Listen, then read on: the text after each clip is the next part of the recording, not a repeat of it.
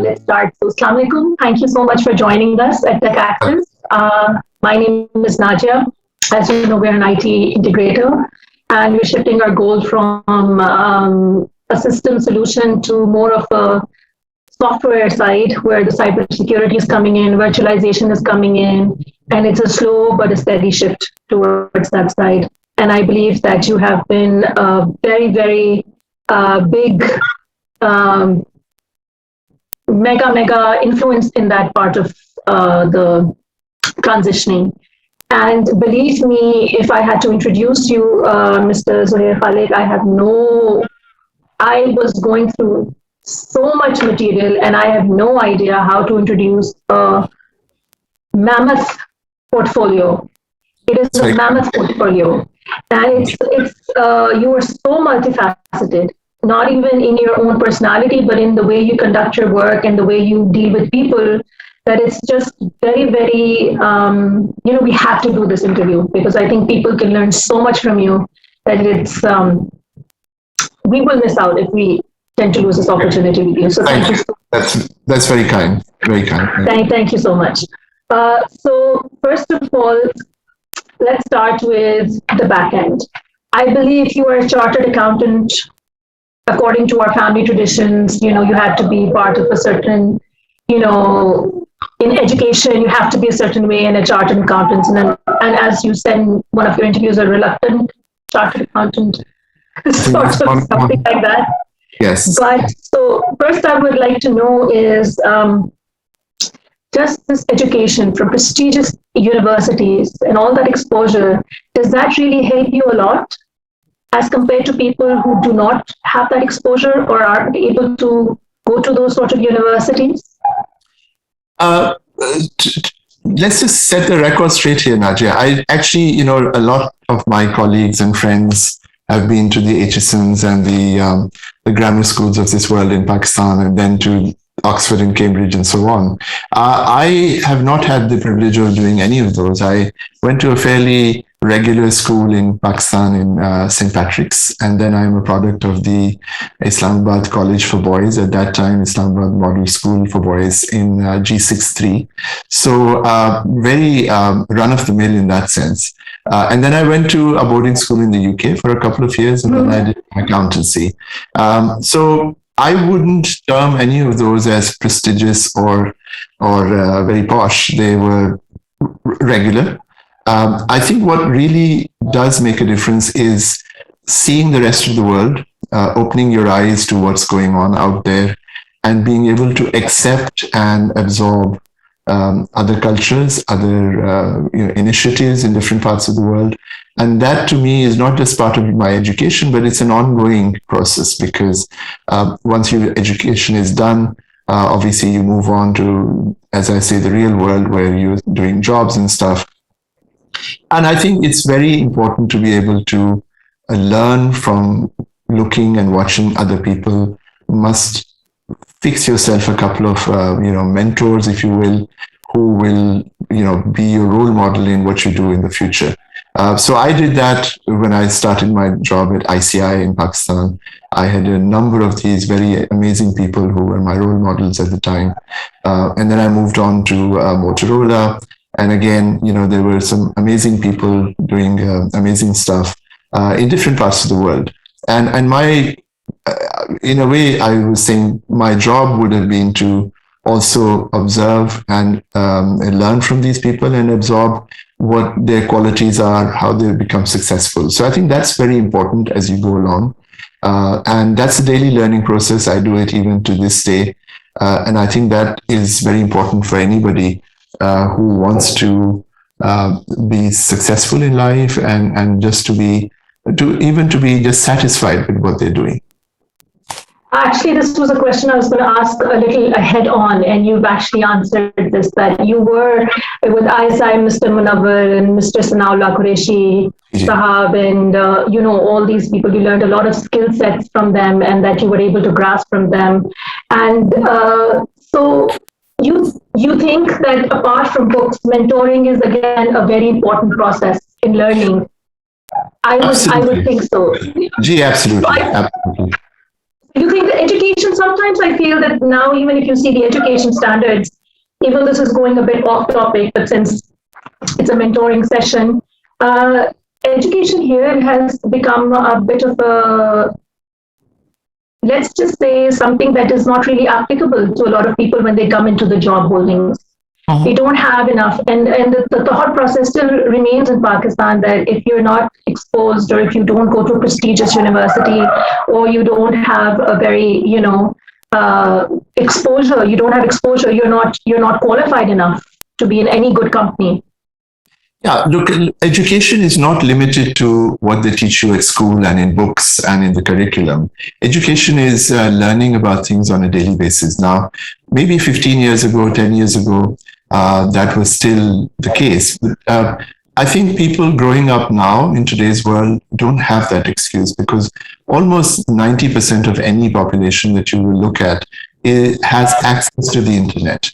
It has access to things beyond TikTok and Instagram. It has access to books. It has access to very amazing articles. It has access to videos of influential people who would want to learn from. So that, to me, is education on a regular daily basis, which you need to continue if you want to be somebody successful in the real world. So, and of course, books are part of it. You see it just behind me.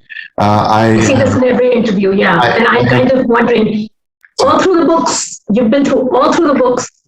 I've been through about maybe 85 to 90% of them. Wow. The thing is that every time I walk by a bookstore, there's a hazard that I'll go in and buy about 6 of them.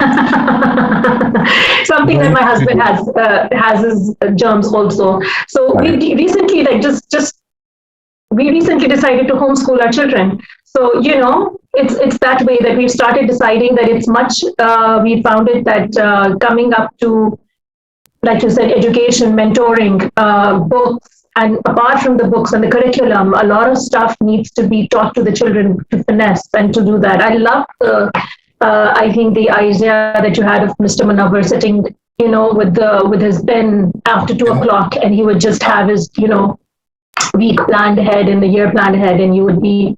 So that's something that's really, something that one should pick up. Yeah, in a head place. So with so now I would like to just go ahead and ask you. You've always been an advocate of women and their work environments, and now that Pakistan is catching up, how do you look at it now? I feel that a lot of women have come in. I feel that a lot of women are showing up at the workforce, but I somehow still feel that we do have a bit of a lag in their, in their environments, because we're not really catering to them in a lot of ways. Is that what you feel? So look, I mean, the education of women, just like men, starts at home, right? So from day one, if the parents are the type who will encourage the empowerment and the freedom of thought in the women at home, that creates the base for successful women in the real world, right? So that's part one of it. And then as you go through college and get into jobs, it's also by that time, if you've had a good grounding in your own home and you feel that you're empowered and you are as it were, the same standard as men in this country, for example, then that's a good start. Then, of course, it is very important for the organizations, the institutions where some of these women have the opportunity to work, to also create those environments, okay? Because you need to be able to go slightly out of your way in the current circumstances, not just in Pakistan, but across the world. Even if you look at the Western world, the number of C-level ladies is much lower in percentage terms than men, obviously. And we need to make sure that in our country we create those opportunities, we create the environment where women feel safe in coming to work and being able to operate on a daily basis. Because often enough, there are the old archaic sort of attitudes which prevail. And unfortunately, a lot of the time they don't just come from men. I have to say that they come from other women as well, in looking down upon, fellow colleagues. It starts at home. Unfortunately, I would right. just say that women, it's just scare women. Men don't do this. Exactly. So I think all of that I'll take is the bonus. part of the educational system that we need to maybe look at and change in whatever way we can. And the way I do it is, look, you can't change the whole world. All you can do is change the environment around you. Wherever you have influence in changing something, make sure you do, whether it's in your home, whether it's with your daughters, with your nieces, your, and friends and so on. I would encourage that to be part of it. We run as you know, the National Incubation Center, Yes. where, we're very happy and proud to say that 21% of the founders are women. And very successful, very amazing personalities, all of them. And now, it still sounds not enough, to be honest, 21%. I'd rather have it at 50% one day, inshallah. But 20% is far more than even the women founders in Silicon Valley, for example. So we think that we've made some progress. And of course, we will strive to continue to do that. So, as a reluctant accountant, your progression towards technology and the technical side of business started. So, was that just a general progression, or were you actually interested in what the technological world was providing at that time and how the technical world was moving? Yeah. So, look, I mean, it's becoming a bit of a phrase now, the reluctant accountant. So I served 7.5 years at ICI Pakistan, and I always say that it was one of the best educations I had in the real world in terms of how to conduct a job and how to grow and so on. And all the skill sets that I have today, I would owe to that time. Essentially, they form the base.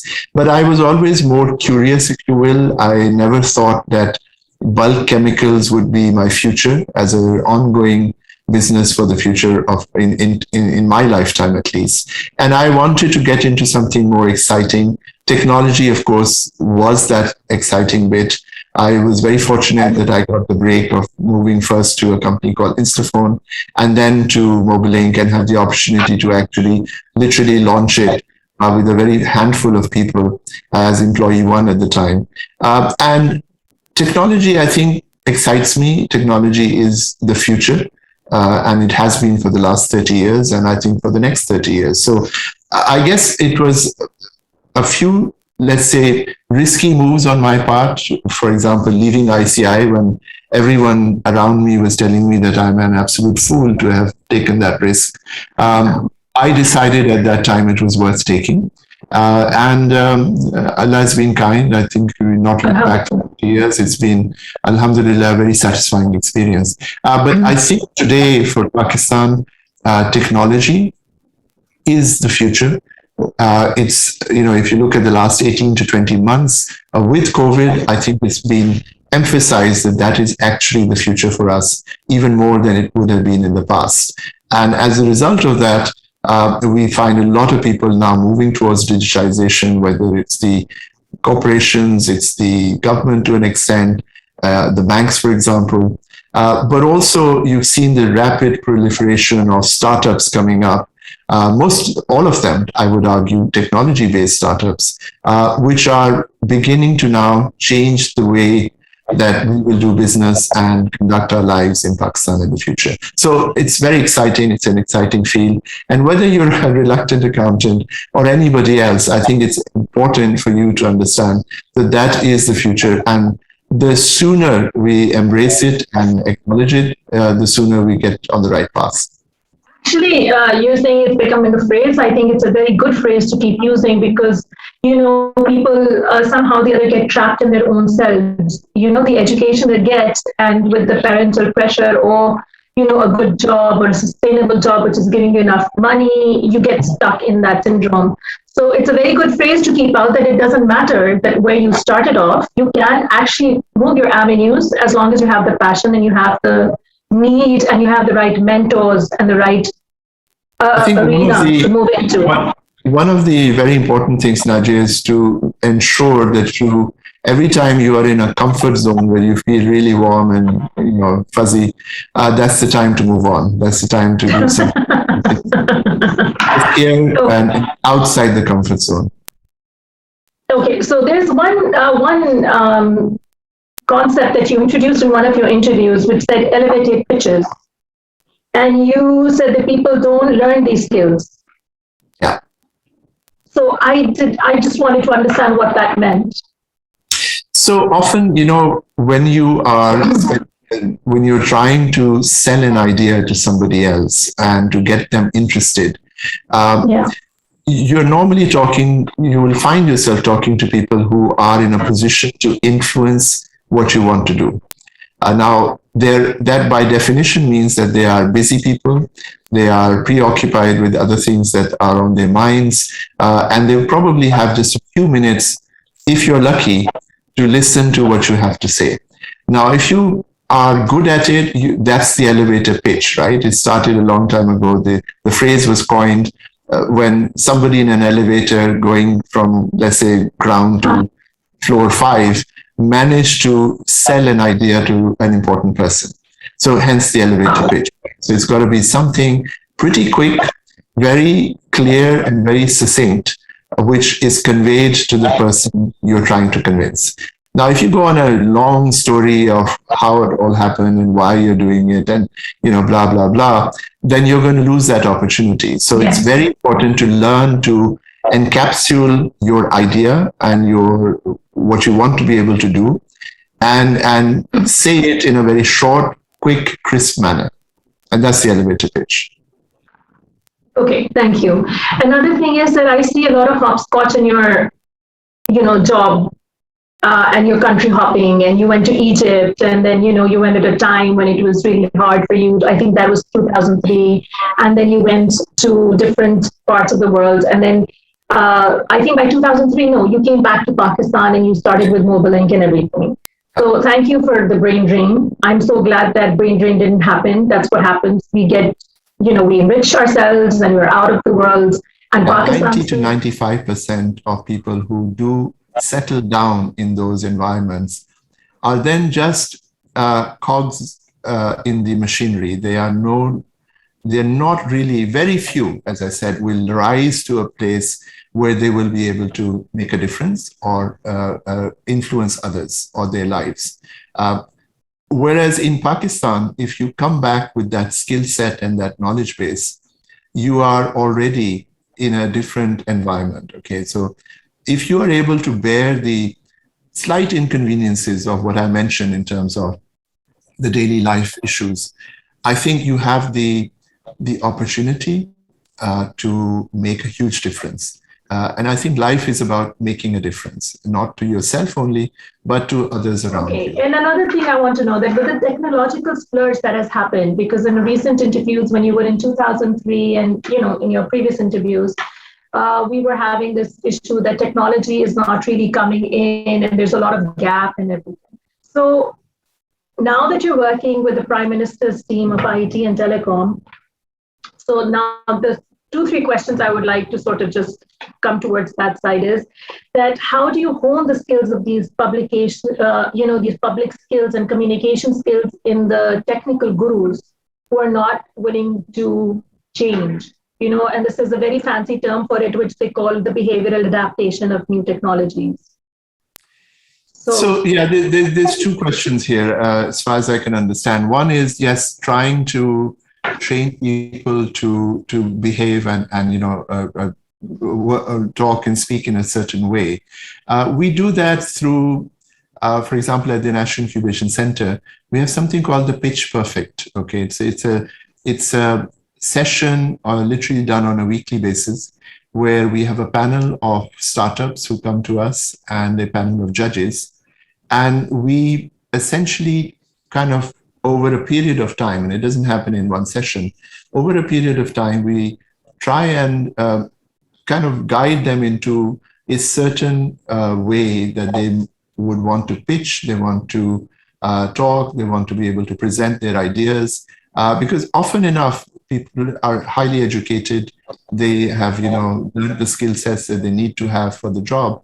But unfortunately, a lot of the times, the average schooling doesn't teach you how to present and how to talk to other people. And I think that's a very relevant skill set, as we mentioned the elevator pitch earlier. So we call it the pitch perfect, where we go over and over again with them to a point where sometimes some of them actually have tears in their eyes because we are tough on them. And what we say to them is, look, we're giving you tough love because the real world is not going to give you that. They're just going to be ruthless with you.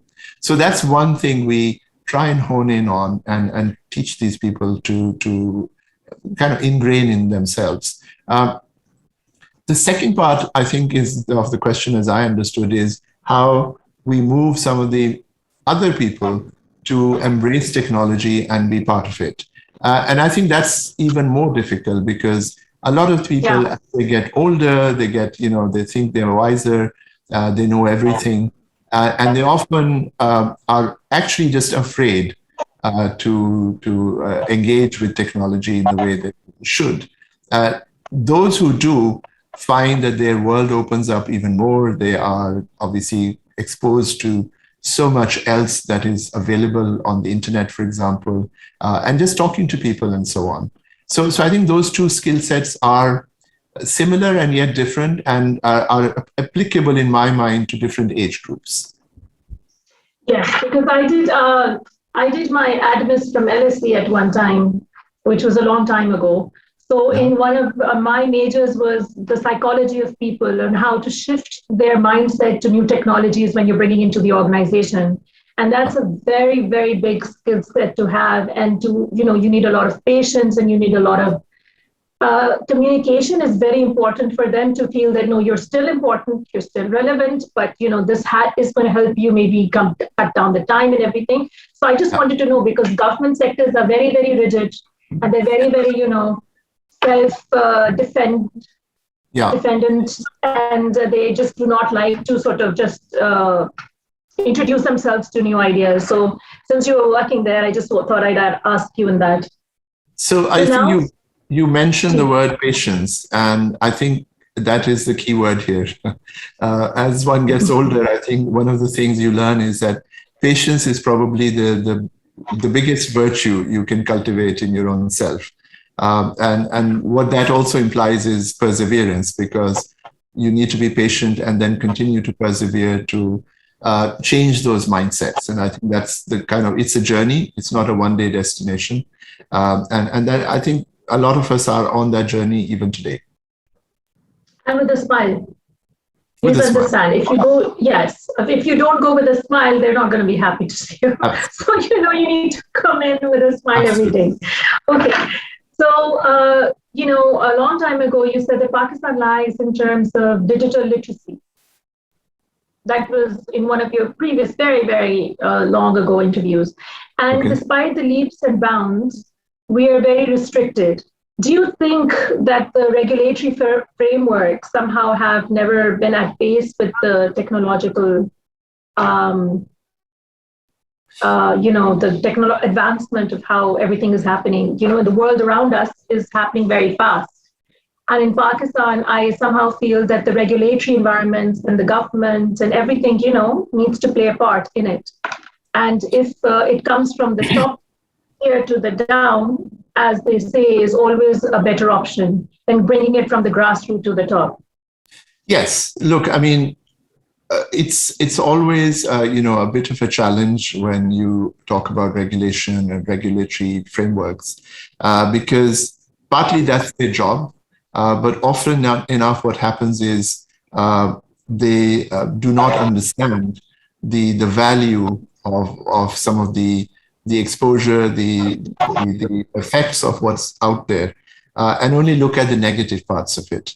So I think it's very essential to look at the positive parts of that as well. And let me elaborate a little bit more. For example, even today, we continue to tax things like mobile phones in this country, and we tax them quite a bit. Okay, we tax the mobile services extended by all the telcos are probably the highest taxed in the world. We pay 30% or 30 paisa per rupee of recharge that we do, and that, I think, is a sad thing, because for us, we need to realize today that access to the internet, access to a mobile phone opens up the world for a lot of people in many ways, in their education, but also in their jobs, for example. Just a couple of weeks ago, just anecdotal evidence. My plumber, I showed him, a very faulty WC. And he said, boss, I don't understand this one. It's a new thing. And give me 24 hours and I'll come back to you. And the next day he came back, he put his phone down on top of the sink, and he had a YouTube video of that exact WC model, which taught him how to repair it. Okay. Now, Beautiful. That's beautiful, right? That is exactly what is required in today's world, because there's no vocational training school which is letting him do that other than something like the access to his YouTube, right? Similarly, the cook, and when my wife says to him, can I write this recipe down for you? He says, okay, ma'am, I don't know how to read. So if I send you a video, and he smiles and he says, yes, I can do it then. So for them, it's not just about, yes, and what we try and regulate is YouTube and TikTok and all the rest of it. Yes, there are peripheral parts of it which may or may not be entirely acceptable, let's say, to certain people.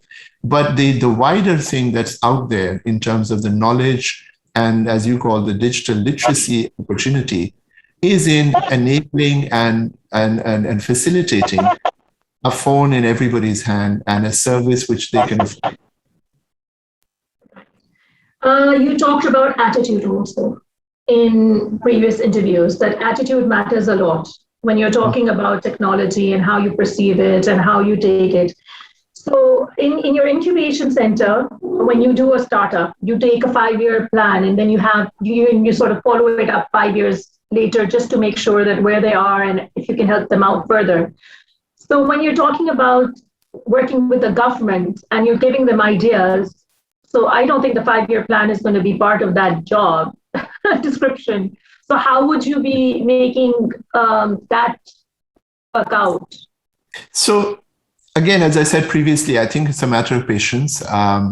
If there is stuff which is important enough, in my opinion, and for that matter, the rest of the colleagues I work with, then what we do is we continuously go back and re-emphasize the fact that this is important, this is something that needs to change, and give also the reasons why something, when it does change, what effect it will have on the lives of people. So I think it's an iterative process. You go again and again till a point where it, as they say, the penny drops, and then change starts to happen.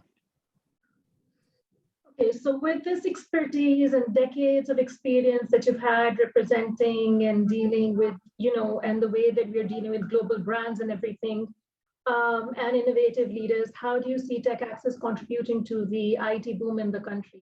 The best way to do this is to make sure that technology is available to everybody at the most affordable prices. That's one aspect, and I think I've just elaborated on that earlier. But also, I think what is very important is how we, as in the technology space, can work on content which is more, let's say, suitable in terms of the language, for example, for our own country. Now, that could be creating content which is meaningful and relevant, as I described a few minutes ago, but also to adapt content which is available in the wider world and make it, at least do the translation for it, which makes it that much more, let's say, understandable and therefore absorbable to the common person on the street, so that they are able to benefit from the knowledge of that phenomena. So how do you envision Tech Access bridging the gap in order to be a catalyst for the refinement of local talent?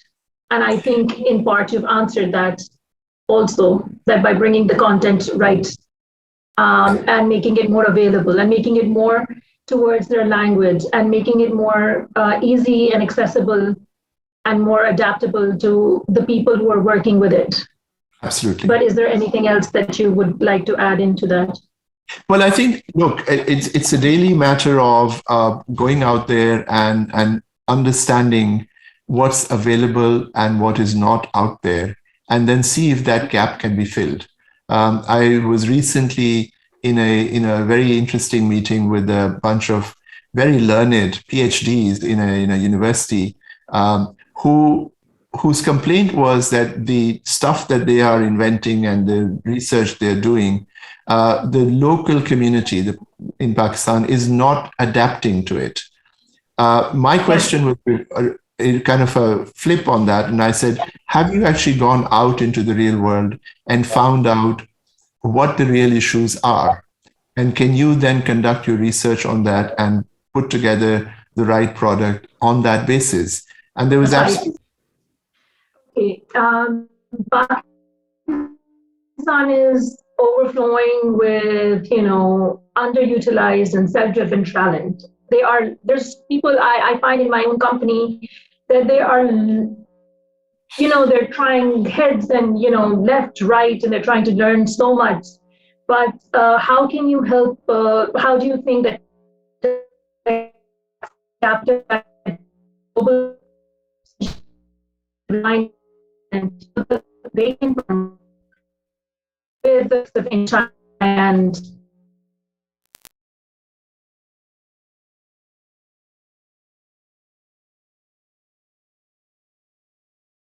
an impact on that as well. And I think what is important is for us to understand that we need to constantly invest in upskilling our talent and making it more relevant to the present circumstances. What could have been a nice low-end software development or software services is no longer relevant because it's moved up this value chain, and we need to keep pace with that value chain. Lastly, and I'm sure you're going to be happy that this is the last question. Lastly, you in an interview said that I would like to introduce myself as a father, as a husband, and a son. So this came, I'm sure, with a lot of experience after a lot of time-consuming activities and a lot of workload. And at what point in time did you realize that this was sort of be the first priority? Because once you start working, initially you're sitting there. And I love the part about sabbaticals. I mean, it's just beyond, people don't realize how important sabbaticals are. And to just sort of shut off from the world and sort of go out there and reconnect with nature and reconnect. I would travel 3 weeks in a month. From Monday or Sunday night to Friday afternoon. And I would make every effort to come back on a Friday afternoon so that I could spend the day and a half with my wife and my children. And what it emphasized to me was that, that's so important. The family part is so important. Yes, you can do your job day and night, but at the end of the day, jobs change, jobs go away, new jobs come in. But your family, your wife, your spouse, your children, your friends are the network that you're going to live with throughout your life, right? And as I said, jobs come and go. If you just look at my resume, I don't know, it's more than a dozen or so positions, or even more, where I have come and gone. And that's, in the end, it becomes a little bit irrelevant. But what does remain extremely relevant is your own life, your people who you surround yourself with, the people who can give you love and understanding and support when you require it. And that's family and friends. So I think that's extremely important. And also, as you very rightly said, getting away, taking a break, whether it's just a couple of hours in the afternoon or on a Friday evening, read a book, go for a walk, play tennis or squash or go swimming, whatever it is that switches you off from the rest of the world. If you're living in Islamabad, the hiking and the trekking is amazing. So take advantage of all of that. Thank you so much, Mr. Zouhair Khaliq. It was a pleasure. It was literally a pleasure to have spoken to you. If you would allow us at some point, if we can come to the NIC and sort of go see one of your trainings, and my staff can sort of come and experience that world of yours, is just going to be mind blowing if it can ever happen. That would be lovely. As soon as we start the new cohort, because we're just in the process of recruiting the new cohort, inshallah, early in the new year, it will be our pleasure to host you as well. Thank you so much. Thank you so much for your time. It was lovely meeting you. Thank you. Take care. Hafiz.